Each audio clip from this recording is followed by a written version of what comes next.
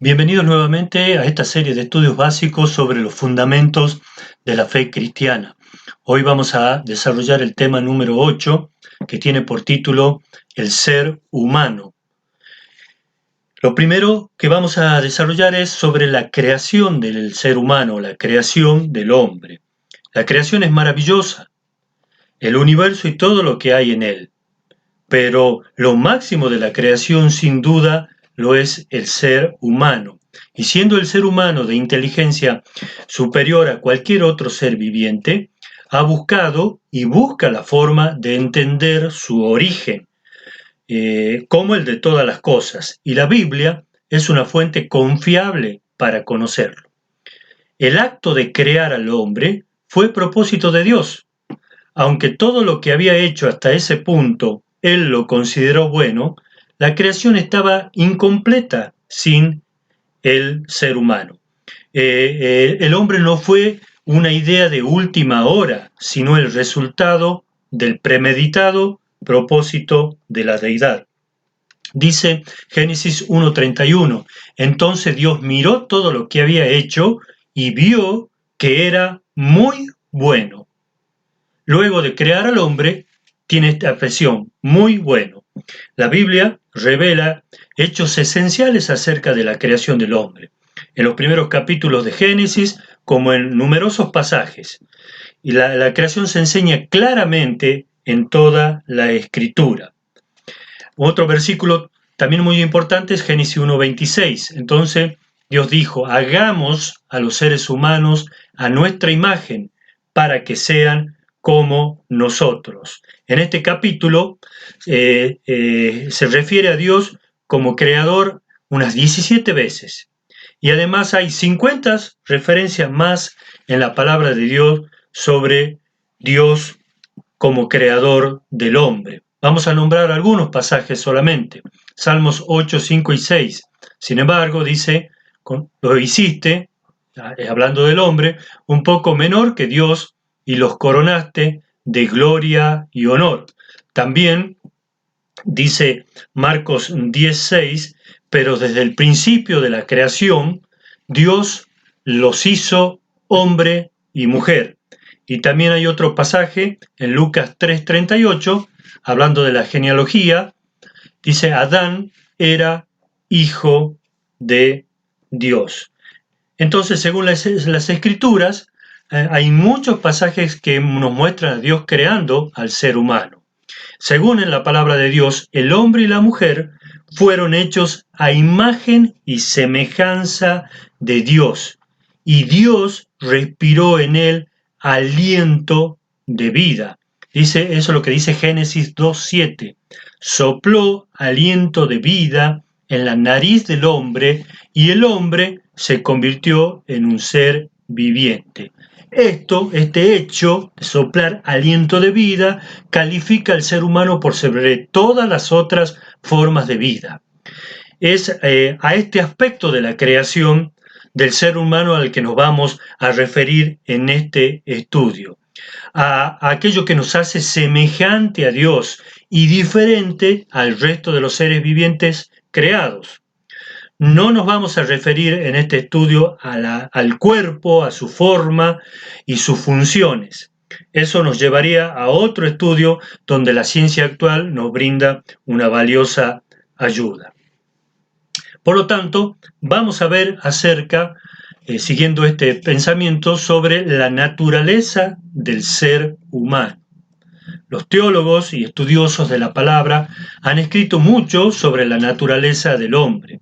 Para este estudio básico vamos a hacer un resumen, bastante limitado por supuesto, de los más importantes para que nos sirva como fundamento para nuestra comprensión y podamos utilizarlo para nuestro crecimiento espiritual. Hablando en líneas generales, entonces, la creación del hombre incluyó aquello que era material, el polvo, o sea, el cuerpo, y lo inmaterial, el aliento de vida.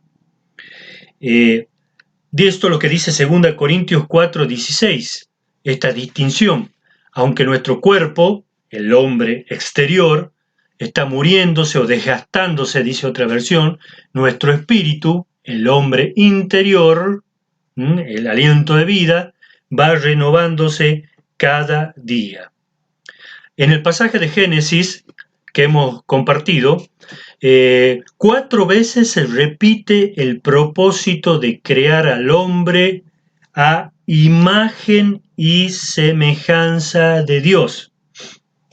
Estas palabras, imagen y semejanzas, son usadas en otras partes de la palabra de Dios, principalmente para mostrar la relación esencial que existe entre Dios el Padre y Dios el Hijo.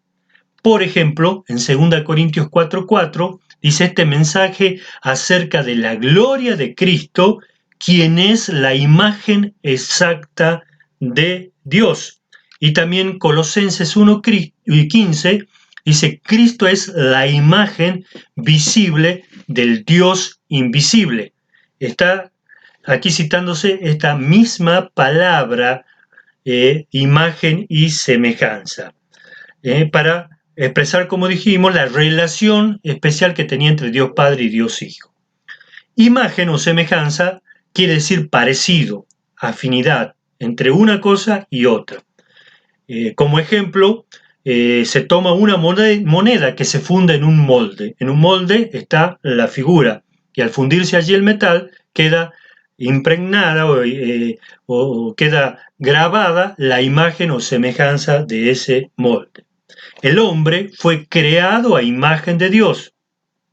Ahora, esto no significa que el hombre sea un pequeño Dios, sino que en el hombre hay de lo que hay en Dios.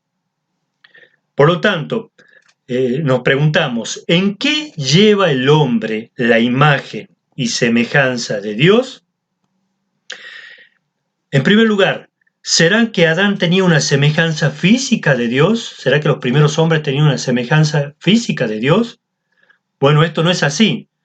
No es así porque Pablo también lo dice en 1 Corintios 15, que el cuerpo que ahora poseemos, el terrenal, no será el mismo cuerpo que tendremos cuando estemos en la presencia de Dios, o sea, el celestial. Por lo tanto, no podemos saber el parecido de Dios mirándonos nosotros mismos. O sea que no es una semejanza física.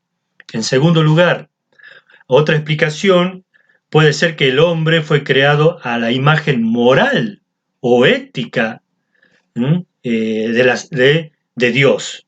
O sea, una semejanza espiritual, no física. Una semejanza moral o ética. Y esto tampoco es una explicación bíblica satisfactoria. Por ejemplo, Adán no fue creado santo. La santidad es una cualidad inmutable, inviolable, inalterable, incorruptible de Dios. Él no puede pecar. Si el hombre hubiese sido creado santo, nunca hubiera pecado. El hombre no fue creado santo.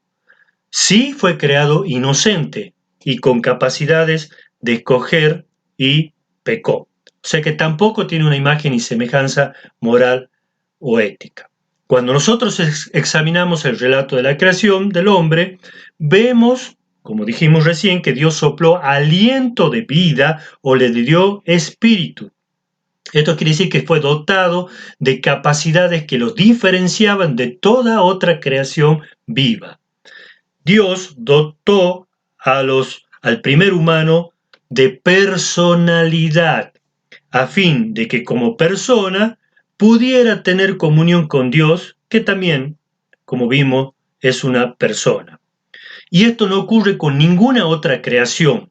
Cuando Dios creó al hombre, lo hizo a imagen y semejanza de sí mismo, como persona, y con todos los componentes esenciales de la personalidad, para que pudiera tener comunión con Él y glorificarle. ¿Cuáles son esas capacidades que Dios dio a la raza humana para que pudiera disfrutar de la comunión con el Creador? Bueno, en primer lugar, como vimos, le dio espíritu. porque Dios también es espíritu, como dice Juan capítulo 4, verso 24. Además, Dios posee una mente, es una parte de su personalidad, es la capacidad intelectual de Dios, y Él tiene una mente con sabiduría infinita, omnisciencia. Dios también posee sentimientos, o sea que ama, se enoja, se alegra, se entristece, y Dios también posee voluntad, o sea, puede escoger, puede obrar. Las escrituras muestran claramente la personalidad de Dios, que conoce, que ama, que actúa, que decide, que escoge. Y cuando el hombre fue creado, entonces recibió un espíritu para relacionarse con Dios, una mente para conocerle, sentimientos para poder amar y una voluntad para decidir. Y de esta manera podían tener una comunión completa con Dios.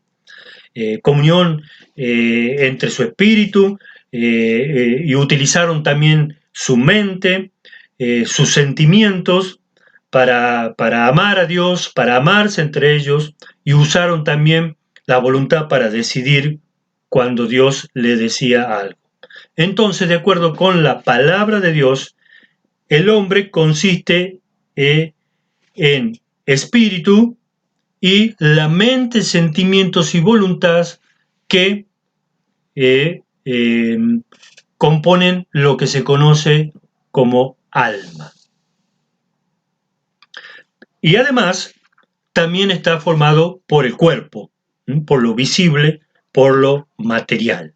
Y esto es lo que nos dice estos dos versículos. Uno en 1 Tesalonicenses 5, 23. Y el mismo Dios de paz os santifique por completo, y todo vuestro ser, espíritu, alma y cuerpo, sea guardado irreprensible para la venida de nuestro Señor Jesucristo. Hay otro pasaje también en Hebreos 4:12, porque la palabra de Dios es viva y eficaz y más cortante que toda espada de dos filos. Penetra hasta partir el alma y el espíritu, las coyunturas y los tuétanos, y discierne los pensamientos y las intenciones del corazón. Vemos claramente en estos dos pasajes que el hombre está formado entonces por espíritu, alma y cuerpo.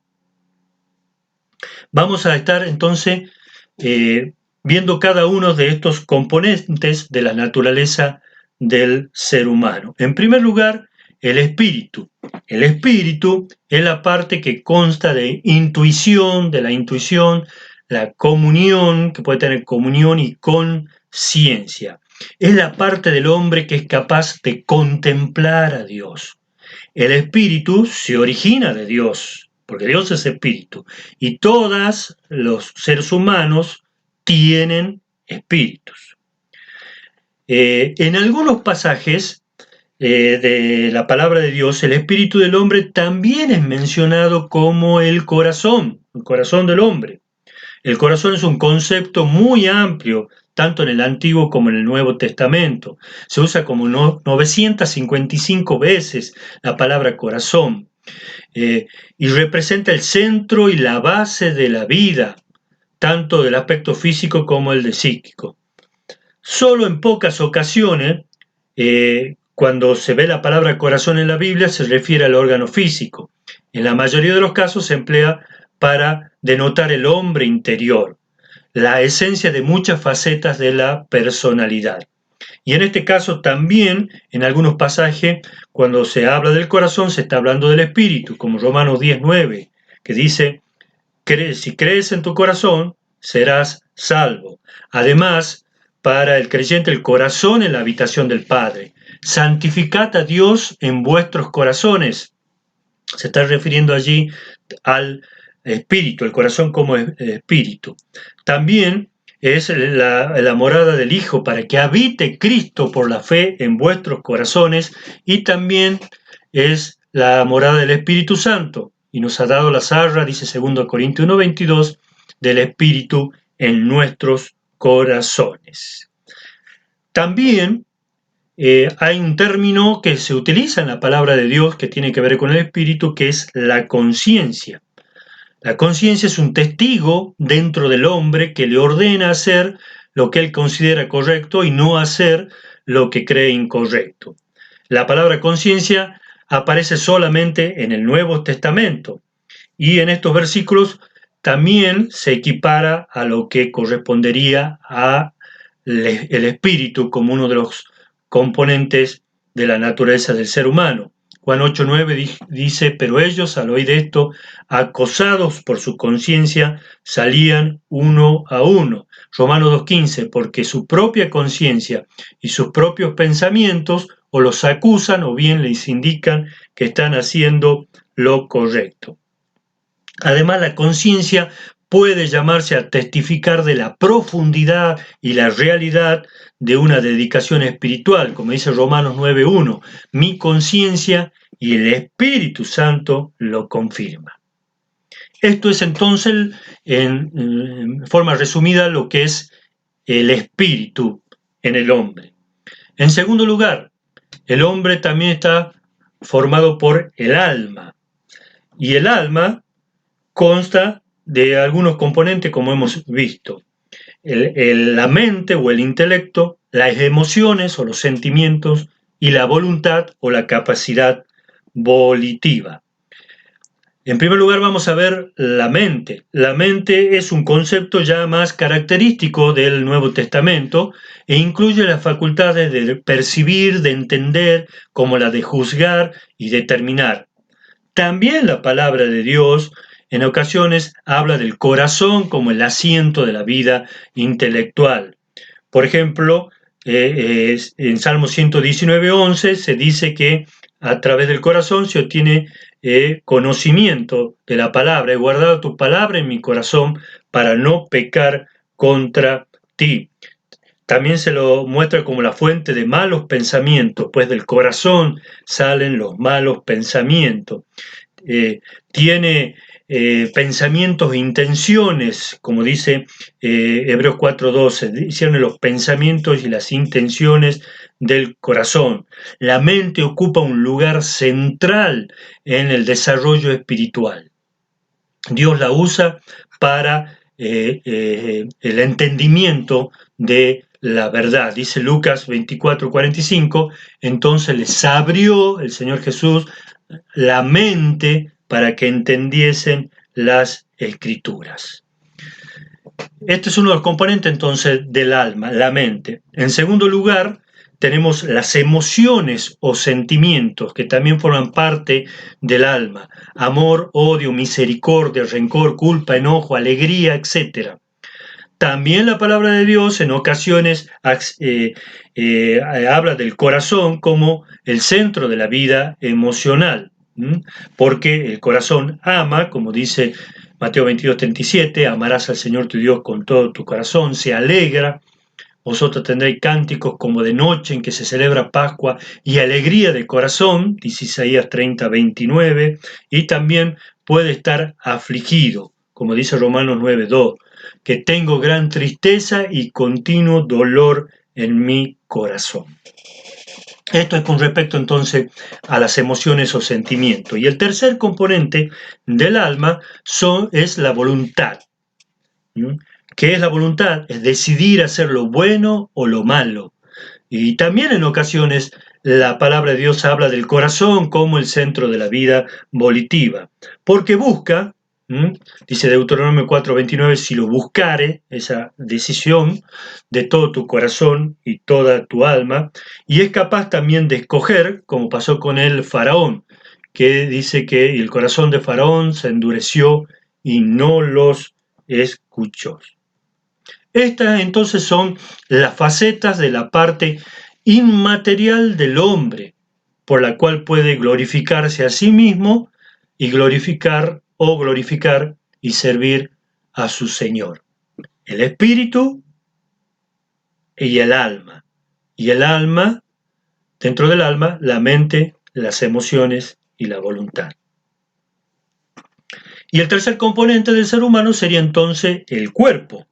Lo material, lo visible, lo que posee células, tejidos, órganos, sistemas, con toda su morfología y su correspondiente fisiología. Como dijimos al principio, no nos estamos refiriendo a esta parte del ser humano cuando hablamos de la creación. Aunque quiero señalar que toda estructura y función biológica indica la existencia de un creador, aunque haya pasado por una secuencia evolutiva. Cuando hablamos de cuerpo, tenemos que tener también presente que la Biblia muchas veces menciona la palabra carne. Algunas veces se refiere a tejido, como en Lucas 24:39, donde dice: mirad mis manos y mis pies, que yo mismo soy, palpad y ved, porque un espíritu no tiene carne ni huesos, como veis que yo tengo. Acá el Señor Jesús se está refiriendo a su cuerpo. Pero también la palabra carne se usa para la parte inmaterial del hombre, o sea, esa predisposición de pecar y oponerse a Dios, como dice 1 Corintios 3:3, porque aún sois carnales, pues habiendo entre vosotros celos, contiendas y disensiones, ¿no sois carnales y andáis como hombres? O Gálatas 5:19, manifiestas son las obras de la carne, que son adulterio, fornicación, inmundicia, lascivia, idolatría, hechicerías, enemistades, pleitos, celos, iras, contiendas, disensiones, herejías. Y esta carne, tanto el creyente como el no creyente posee esta capacidad de obrar para mal. Por lo tanto, cuando Dios creó al ser humano, cuando Dios creó al ser humano, entonces Dios hizo posible la relación entre su espíritu y el espíritu del hombre, la mente del hombre y la mente de Dios, el corazón o los sentimientos del hombre con el corazón de Dios y la voluntad del hombre con la voluntad de Dios. La comunión entonces existente al principio entre el hombre y Dios era completa, abarcaba todos estos aspectos y en armonía. Lamentablemente, llegó el momento en que nuestros primeros padres ejercieron su voluntad en contra de la voluntad de Dios, quebrando inmediata y completamente la comunión con Él. El pecado privó al hombre entonces de su comunión con el Creador, y los efectos del pecado fueron tremendos en la personalidad del hombre. Esto es lo que se conoce como la caída del ser humano. ¿Cuáles fueron esos efectos de la caída en la personalidad del hombre? En primer lugar, nuestro espíritu dejó de tener comunión con Dios. Dice Romanos 3:23, por cuanto todos pecaron y están destituidos de la gloria de Dios, pierden la comunión espiritual con Dios. La paga del pecado, también dice la palabra, es la muerte, y cuando se refiere a muerte, este pasaje no es solamente la muerte física, sino también la muerte espiritual, la separación espiritual de Dios. También el alma sufre las consecuencias de la caída y cada uno de sus componentes. En el caso de la mente, dice la palabra que la mente del ser humano fue entenebrecida, embotada, anulada, cegada, de manera que no pueden conocer a Dios. Dice Romanos 1:21, como resultado la mente les quedó en oscuridad y confusión. Además dice que la mente de la persona que no es salva es reprobada, vana y corrompida. La mente también sufrió las consecuencias. Y también la capacidad emocional o los sentimientos. Dice Efesios 4:19, los cuales, después que perdieron toda sensibilidad. De esta manera, los sentimientos, el corazón del hombre no puede experimentar la comunión con el corazón de Dios. Y también el tercer componente del alma, la voluntad, fue afectada por la caída. Y el hombre quedó incapacitado para obedecer a Dios. Dice Romanos 7:18, porque el querer el bien está en mí, pero no el hacerlo. Y Por último, como resultado del pecado, el cuerpo, o sea, la parte material, también se ve afectada, o sea que sufre las consecuencias de la caída. El hombre, por su caída, no es que pierde su personalidad, como podemos verlo, pero es afectada toda su personalidad. Ha sido limitado y esclavizado de tal manera que no puede ejercitarla para tener comunión con Dios y darle gloria, el propósito por el cual el hombre fue creado a imagen y semejanza de Dios. Pero gloria a Dios que hay una nueva creación, porque Dios quiere seguir quiere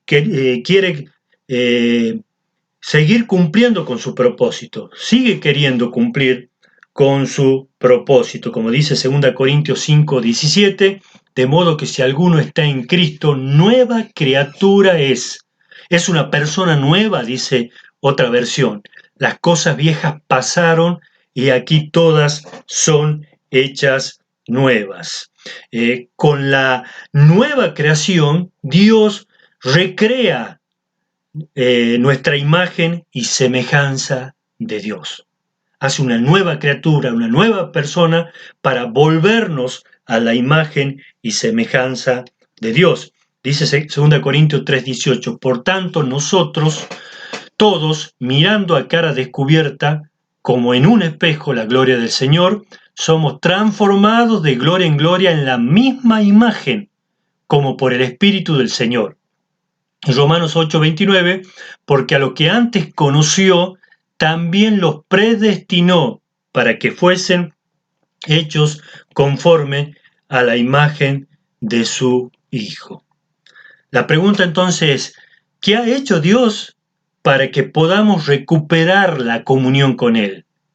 ¿Qué hizo esta nueva creación?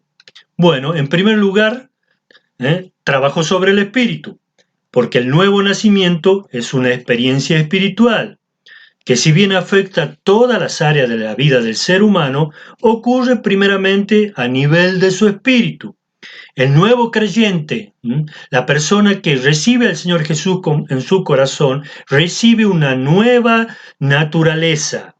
La vida de relación con Dios es el nuevo nacimiento, es una nueva creación que procede de lo alto. Es una operación directa de la palabra de Dios y del Espíritu Santo en nuestra vida, como vimos en los estudios anteriores. Dice Ezequiel 11:19, y les daré un corazón y un espíritu nuevo, un espíritu nuevo pondré dentro de ellos, y quitaré el corazón de piedra del medio de su carne, y le daré un corazón de carne. Pero también el nuevo nacimiento obra sobre el alma, que también fue afectada por la caída, y sobre cada uno de los componentes del alma. En primer lugar, nos ha dado una nueva mente. Dice 1 Corintios 2:16, pero nosotros entendemos esta cosa porque tenemos la mente de Cristo, una mente para conocerlo. Nos ha dado también nuevos sentimientos. Sigamos amándonos unos a otros, porque el amor viene de Dios. Todo el que ama es un hijo de Dios y conoce a Dios, dice 1 Juan 4:7-9. Y con el nuevo nacimiento también tenemos una nueva voluntad.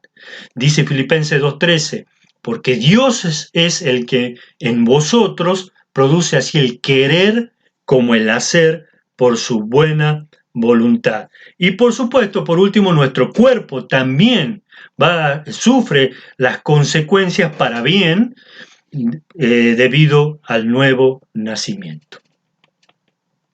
En conclusión, el ser humano fue creado a imagen y semejanza de Dios, como una persona para tener comunión con Dios y adorarlo.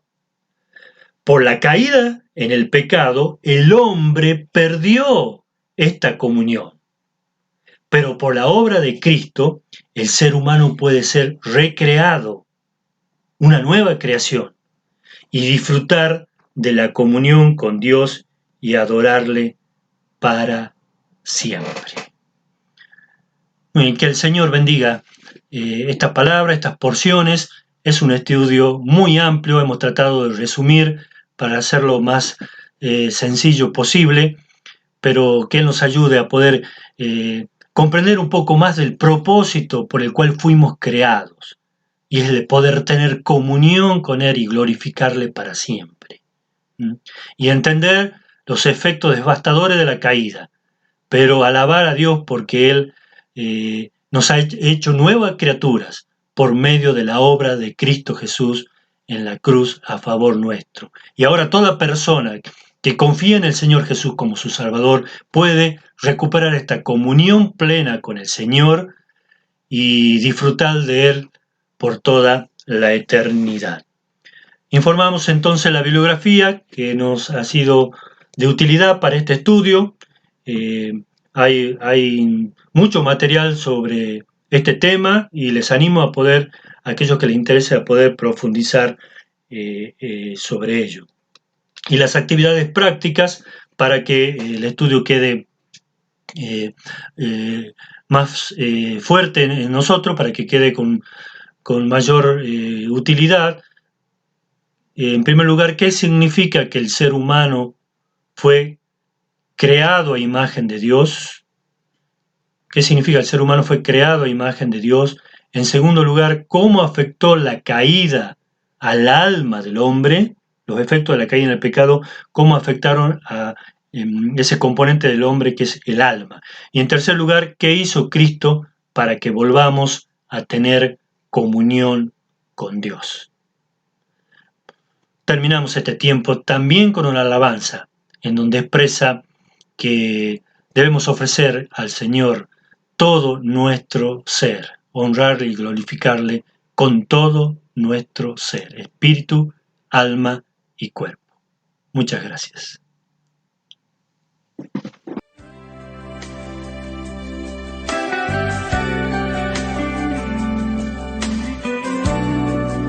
Vamos a quedarnos con los brazos así en alto. Es un buen momento para rendirnos al Señor. Sí, Jesús.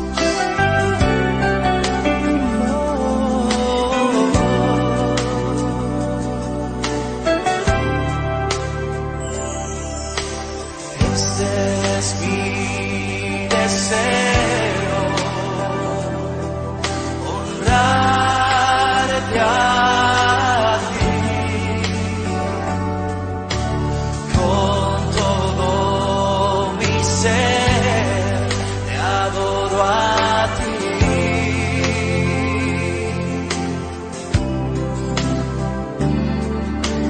Con todas mis fuerzas te alabaré.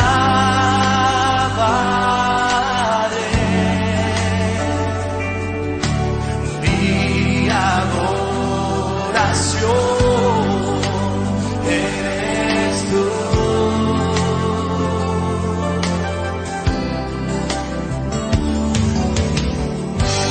Hoy te rindo mi ser, te doy mi corazón. Yo vivo para ti, en cada palpitar, mientras haya viento en ti.